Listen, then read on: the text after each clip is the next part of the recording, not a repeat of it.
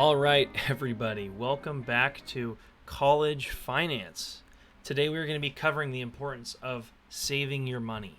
And like I said before, this can apply to pretty much anybody, all right? Whether you just got some money for your birthday, you don't have a job yet, or whether you are, you're just starting to make some money, you just got a new job out of college, or whether you've had a job for a long time, anyone can save, okay?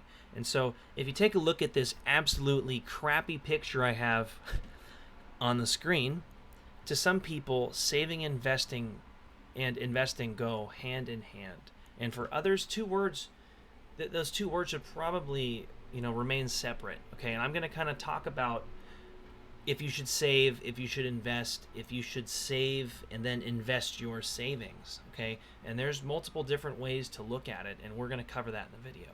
Okay, you all are free to make your own opinion because it is, after all, your money. But like I was saying today, I'm going to share specifically the different types of savings that I like to utilize, in my normal daily routine, as well as incorporate just a little bit of math for anyone that's a visual learner.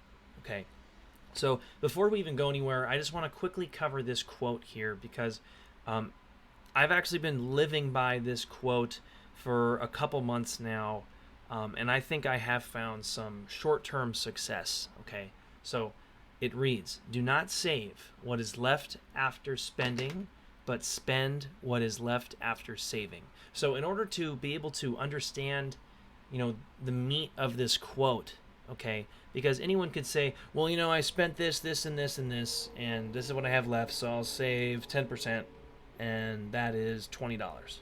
Okay, hopefully that's not 10% of what you have left, but the definition of saving is very important, right? The definition of spending is very important, okay?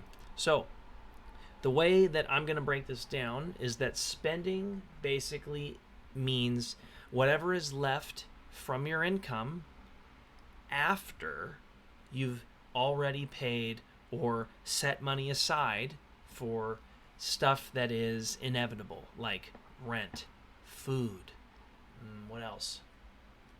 I guess subscriptions could count, but depending on the subscription, it could lean either way. All right, we're looking for something that is absolutely necessary for you to survive and thrive. Okay, so gas, insurance, rent, food, those can be all lopped outside of spending. But when you find something that is like, I want to buy these shoes, I want to go out to Morton's Steakhouse and buy and get a giant steak for lots of money, I'm not going to tell you how to live your life, but that can be considered spending. So this quote is saying for you to be someone who's good at saving, all right, or at least focus on this, is save a percentage or a certain amount based on how much money you have left before you go on that nice dinner, before you go buy those new shoes, before you take your friends to Las Vegas. Okay, that's what this quote is saying, and we're going to break it down even more just as we go through. It'll hopefully come naturally if you guys don't yet understand, the meaning of this quote and the overall importance of saving, which we're going to get into as well. Okay, so there are, just before I move on, there are a couple apps that I do use. Okay, I am not, they're not paying me to do this. This is just me saying, boom, this is what I use. I use the blue one, Albert, and the green one, Acorns, and they both help me budget and save money passively without having to say, all right, let's move it. They let me, put money in every month. So whenever I get money, it goes, boom, we're going to take some of that, put that in here, and save it for you. Okay, boom, we're going to invest it. That's kind of the difference between both of these. One of them allows you to just save some money. One of them saves money, but it will be invested. Okay, so it's not as readily available for that one. And I will cover both of these in a whole separate video. I'm going to break down on which one's better for what and all that. So if you guys are interested in that and you want to do some of your own research, go ahead and click the link in the description to either Albert or Acorns, those two, and you can go and check and see what they're all about. They are paid, but they're like $4 to $5 to $1 to $2 to $3 a month based on what you want to do with it. All right. So let's move on here. So here we're looking at an awkward, phrase, 10%. If we weren't talking about saving, you can just only imagine what that means, right? But in regards to saving, I like to go by the 10% rule. It's not an official rule. It's something that I want to say I heard an influential speaker come and talk to a class of mine during college, and he was telling us, the power of 10%, the power of 10%, right? If you can save 10% of every single dollar that you've ever made, how much would you have? Okay. And then if you could invest that, how much would you have? Okay. So I am not going to go too much into the investment part. I'm going to highlight it, but I'm definitely going to go into it in a lot more in depth in another video. So keep your eyes out for that. Okay. But now that we're on this 10%, I want to show you guys in a quick little Excel file here. So now that we got out of that, let's go ahead and click into this. Okay. So here, I'm just going to, set the scene here for us so we can get this visualization. All right. So median household income, historical comparisons in the United States. So if you guys aren't in the United States, this data, I'm not going to say it doesn't compare to you guys, but you guys, your personal salaries and income is not going to be recorded in this. Okay. So if we look at here, it's about $61,000 per household. Okay, so that's usually somebody who has had a family. Maybe they count the kid in there if he's working, or maybe he has a wife, or maybe he has a husband, or something like that. And the accumulated income per year for that group of people, that family, okay, is $61,000. For personal income, which is just one person, which is a little bit more tailored to people like us who aren't married yet, don't have a family, we're not the head of the household yet, unless you own your own house, which would be amazing. Okay, this would be people like us out of college, right? And so the median personal income is about $32,000, just under $32,000. Okay, and that was in 2015. Okay, so I'm just going to assume that it did follow a little bit of the same trajectory now that it is 220, and it could be about somewhere up here. Okay, and just for simplicity, I do want to say about $40,000 in the spreadsheet here. Okay, so here we are looking at a salary, and I made it 42 just to make it 350 here, but the law of 10% is what we're going to be looking at. So if any of you guys don't know what Excel is, I'm going to break it down for you guys really quick. Okay, salary, you put that in there. I got this whole thing with formulas, so it'll automatically populate. Okay, so you have a salary of $42,000. Let's just assume that. You save about 10% of every dollar you make with this company. Okay, and let's just assume that this is after taxes. So you're probably making a good over 55, 60 grand, depending on how much you pay in taxes. Okay, percentage saved, 10%, which would basically come out to a saved amount of $350 a month. Okay, so as long as you can afford that $350 a month after you've paid for your food, your bills, and when I say bills, your rent, your electricity, your gas, all that, before you calculate your spending, if you can afford to do 350%, this is what it could look like in the next 10 to 11 years. I believe it's 10 years because I'm going from January 2020, and let's scroll down. So take a look at this end column here, and you'll see for every month, March, April, May, June, July, right? It's going up just by 350. It's going up 350 every time. There's no multiplier. There's none of that, okay? So let's go ahead and scroll down here. 2021, 22, 23, 24. It's now 2025, 2026, 27, 2028, 2029, and 2030. We're looking at all these numbers here. And how much money do we have saved now that it's been, I want to say 11 years, because we started January 2020 and is now the end of 2030.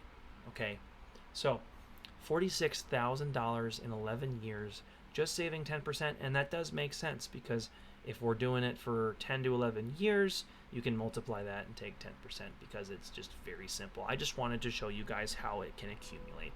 It's basically a straight line accumulation there.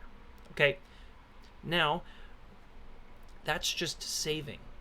Okay, that money you've set aside, you pretend you don't have it, and now all of a sudden you're 10 years older, 11 years older, and you have this much money just sitting around, and you can do what you want with it. You can choose to invest it, you can save it for longer, you can set it aside for anything specific. And I'm going to go into what you can do with this in just a couple short moments, but I am going to move over to this sheet here and just say, hypothetically, had you invested every single dollar of that $350 you saved, this is what you could be looking at. Okay, so I don't want to go too much in depth with this, so I'm going to cover this a little bit quicker. All right, same save amount, $350, and let's say you get an investment return annually. So every year you average about 7%. So it is average, so it doesn't mean that you're perfectly going to get this exact amount because the markets do fluctuate, but we're just going to say you average about 7% a year, which comes out to less than 5%, a little bit less than 0.5% a month. All right, which makes sense because it's out of 12 months. And we're going to do that same thing all the way down to December 2030, and we're going to see how much we have. So when we didn't invest, we ended with $46,000. When we did invest, and it is being compounded monthly because you're going to be adding money monthly. Look at where we go. Look at how much we already have. 31, 40, right? So right about here, these couple 42s, this is kind of where we were. Where's 46? Somewhere up here. We were, we're 2 years early, and we've already reached, that amount that we would have had just saving without investing. So we keep going, right? Another 2 or 3 years. Now we're at $69,700. Okay, so you've almost gained 50% on all of your saved money that you invested. So now you have 50% more. You made, 46 minus 69, $23,000 just free. Okay, and depending on where you invest it, it could be tax free. We're going to cover that in a whole nother video, but I just want to show you guys how saving and investment can work together, but why it shouldn't always work together. Hold on, I might sneeze. Oh God. Okay, it disappeared. I really wanted to sneeze there. Really did. Okay, so let's go back here to the presentation. Boom, and here we are. Okay, so now I want to get into, the different types of saving. So I just told you guys just a couple moments ago, investing in saving, it's not always perfect to have it be one and one. It's not like I'm going to save this and invest it. There is a reason to just save. So what are we saving for? I put out 5 subjects or, categories that I like to save for. Nobody has to follow this. This is just what I like to do. This is me showing you guys what I like to do in my 5 categories. So the first one here, disaster. All right. Disaster saving is just money you could need at the snap of fingers. You need to have it. Okay. You could be a terrible driver and crash your car and have health bills. Okay. This could also go along with having, a health savings account in an HSA, which you could set up with your company possibly. Okay. That's totally different. Okay. But having this money here could also be important for in case you lose your job, something like that. So what I'm aiming for, I'm not quite there yet. Okay. I put a little bit too much effort into investing and I haven't put as much into just saving, but I want to at least be able to have my full salary saved for 3 months in case I lose my job. So whatever amount of income I'm used to getting, I have a backup of 3 months of that to have in case I lose my job, in case something crazy happens. Okay, let's look at the next one. Let's look at opportunity. So saving for opportunity. All right, this one can be a little bit unique because how often do you see opportunity? So when I say opportunity, I'm not saying that you should go and save your money and try and find a business to, fundraise and be an angel investor for, or something like that. That's not what I'm saying. Okay, that could be an option. That's definitely part of saving for opportunity.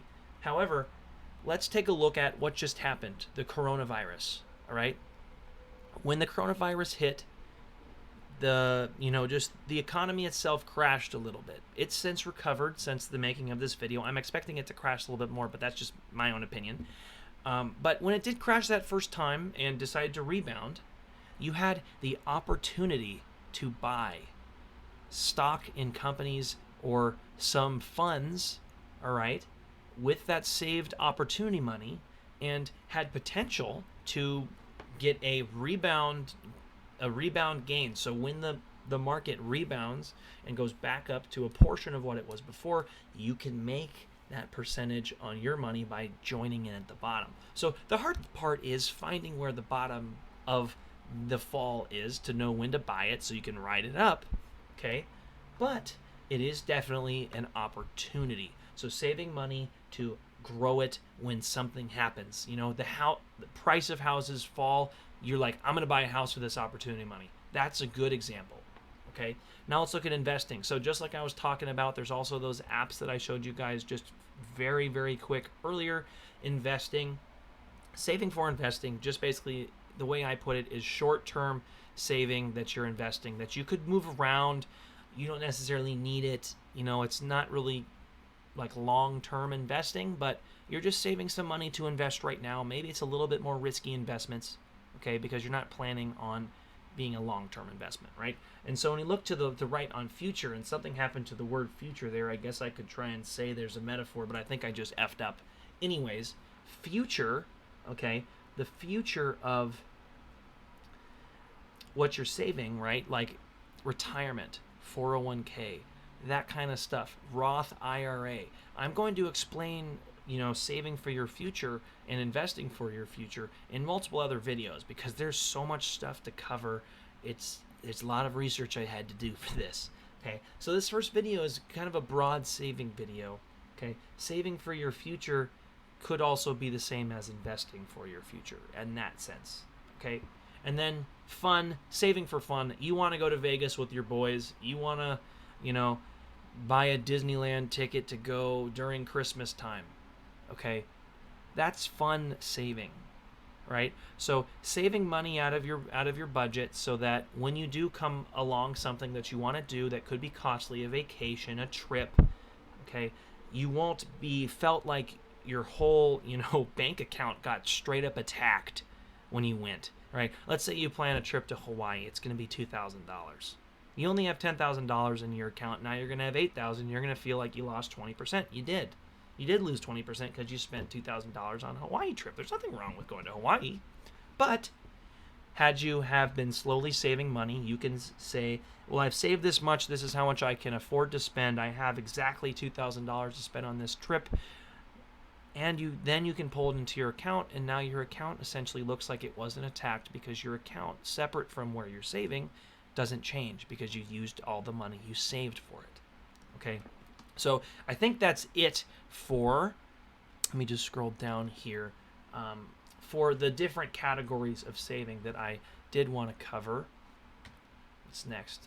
Oh, of course. So everyone's situation is different, guys. It totally is. So not everyone could be capable of categorizing and saving a large amount of their income. Okay, not everyone has the largest proportion of how much their bills cost, their necessary costs, how much they spend, how much they make, and that's totally fine. So I urge you guys, if you guys are looking to get into saving more of your money, to prioritize what you think is most important. Me personally, I would want to be safe before I start getting risky in investing. So I would like to have a safety barrier savings built up before I start, hardcore investing in some things. Okay, so do make your own decision on that. craft your own opinion. You can ask others. You can ask me. If you're interested in meeting one-on-one with me, I will gladly help you set up a savings plan or just a financial plan for you. You guys can find my email in the description of the video. Okay?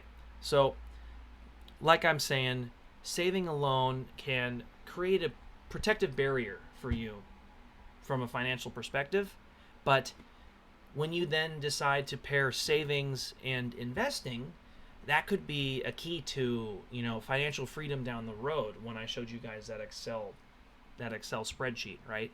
So it's good to have a balance of both, okay? But like I'm saying, prioritize, make your own decision, make your own opinion, and do what's best for your current situation. I hope this was helpful. Please leave a like, subscribe, and then comment if you have any questions or whatever else you want to see next. All right, guys? Have a good one.